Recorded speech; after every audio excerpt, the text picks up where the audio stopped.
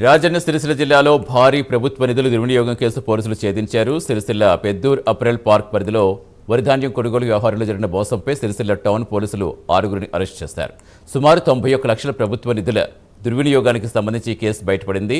దర్యాప్తులో నకిలీ ట్రక్ చీటీలతో ధాన్యం కొనుగోలు ప్రక్రియలో భారీ మోసం జరిగినట్టుగా గుర్తించారు. సివిల్ సప్లై వెబ్సైట్లో తప్పుడు వివరాలు అప్లోడ్ చేసి నకిలీ చీటీల ఆధారంగా ప్రభుత్వ నిధులు మళ్లించినట్టు తెలిపారు. రుద్రంగి, బద్దెనపల్లి ఐకేపీ కేంద్రాల పేరుతో ఈ అక్రమాలు జరిగినట్టుగా గుర్తించారు పోలీసులు.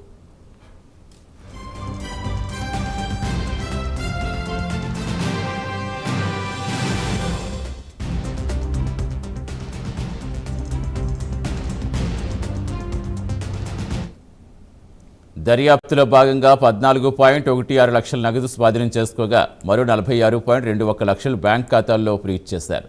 ప్రధాన నిందితులుగా విజయ్, రాజశేఖర్, మధుకర్, గణేష్, నవీన్ను అరెస్ట్ చేశారు పోలీసులు. కొందరి వద్ద నుంచి మొబైల్ ఫోన్లు, కీలక పత్రాలు స్వాధీనం చేసుకున్నారు. నిందితుల నుంచి అదనంగా పెద్ద మొత్తంలో నగదు స్వాధీనం కాగా వారి బ్యాంకు ఖాతాల్లో నిధులు ఫ్రీజ్ చేసినట్టుగా తెలిపారు పోలీసులు. అరెస్ట్ చేసిన వారి రిమాండ్కు తరలించగా కేసులో మరింత దర్యాప్తుగా కొనసాగుతుందని జిల్లా ఎస్పీ వెల్లడించారు. Paddy misappropriation, 13 lorries misappropriation, police की notice issue आई. So इन लोग main accused Vijay Kumar, apparel godown manager. ये स्टेट वेयरहाउसिंग కార్పొరేషన్ నుంచి ప్రతి ఒక్క గోడౌన్లో ఒక అవుట్సోర్సింగ్ మేనేజర్ పని చేస్తున్నారు. ఈ మేనేజర్ కింద కొన్ని అసిస్టెంట్ కూడా ఉన్నారు. సో అపెరల్ పార్క్లో ఒక గణేష్, ఒక అసిస్టెంట్ విజయ్ కింద పనిచేస్తున్నారు. సో నిన్న పోలీస్కి ఇన్ఫర్మేషన్ వచ్చిన తర్వాత డిఎంఓ గారు నుంచి ఒక కొత్త పిటిషన్, డిఎం గారు ఒక పిటిషన్ ఇచ్చారు. ఆ పిటిషన్ ప్రకారం మొత్తం 13 లారీస్ మిస్అప్రోప్రియేట్ అయింది. సో ఒక లారీలో average 800 to 900 bag load అయింది. సో if you calculate మొత్తం cost, then as per district manager of civil supply, it is around 91 lakhs. Sircilla Peddur apparel park పరిధిలో వరిధాన్యం కొనుగోలు వ్యవహారంలో జరిగిన మోసంపై సిరిసిల్ల టౌన్ పోలీసులు 6గురిని అరెస్ట్ చేశారు. సుమారు 91 లక్షల ప్రభుత్వ నిధుల దుర్వినియోగానికి సంబంధించి ఈ కేసు బయటపడింది. ఇదే అంశంపై రాజన్న సిరిసిల్ల జిల్లా ఎస్పీ మహేష్ గీతేతో మా correspondent Raju face to face. దొంగతనం కేసులో భారీ కుంభకోణం అయితే రాజన్న సిరిసిల్ల జిల్లా పోలీసులు అయితే ఛేదించారు.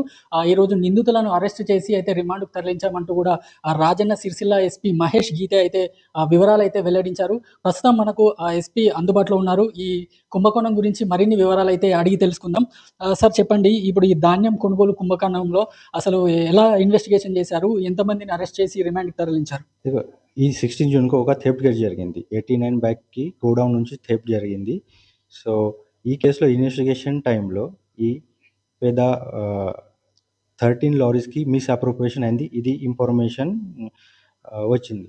సో ఇమీడియట్లీ నిన్న ఈవినింగ్లో ఇన్ఫర్మేషన్ వస్తే ఇమీడియట్లీ డిఎం సివిల్ సప్లై ఒక పిటిషన్ ఇచ్చారు పోలీస్కి. అండ్ ఫ్రమ్ నిన్న ఈవినింగ్ నుంచి ఈ ఇన్వెస్టిగేషన్ నడుస్తుంది. సో ఈ కేసులో ఇప్పుడు వరకు ఆల్రెడీ 8% ఎస్టాబ్లిష్ అయింది. ఇందులో 6 ఈరోజు రిమాండ్ పంపిస్తాను. సో మెయిన్లీ ఈ 13 లారీకి 2 ఏమో యూజ్ అయింది ఫర్ మిస్అప్రోప్రియేషన్ కోసం. ఒక ఏమో ఈ ప్రతి ఒక్క ఐకేపీ సెంటర్లో ఒక ట్యాబ్ ఆపరేటర్ ఉంది, బుక్ కీపర్ ఉంది, సెంటర్ ఇన్ఛార్జ్ ఉంది. సో ట్యాబ్ ఆపరేటర్ వన్స్ ఈ సెంటర్ నుంచి ప్యాడీ లారీ అప్లోడ్ తర్వాత ఈ మొత్తం డీటెయిల్స్ ఈ ట్యాబ్ ఆపరేటర్ ఈ ఆన్లైన్ ప్రొక్యూర్మెంట్ మేనేజ్మెంట్ సిస్టంలో ఫీడ్ చేస్తున్నారు. దీనిలో మెయిన్ అండ్ ఒక ట్రక్ షీట్ క్రియేట్ చేస్తున్నారు. ఈ ట్రక్ షీట్లో mainly farmers data, lorry data and this paddy quantity information ఉన్నాయి. సో అక్కడ నుంచి గోడౌన్కి లారీ వస్తుంది. దెన్ గోడౌన్లో కూడా గోడౌన్ మేనేజర్ సేమ్ ఓపీఎంఎస్ సిస్టంలో డేటా ఫీడ్ చేస్తున్నారు. And this tab operator and manager data match అయిన తర్వాత the struck sheet civil supply డిపార్ట్మెంట్కి సెండ్ చేస్తున్నారు. సో గవర్నమెంట్ అక్కడ నుంచి పేమెంట్ ప్రతి ఒక్క ఫార్మర్ అకౌంట్కి ఇస్తుంది.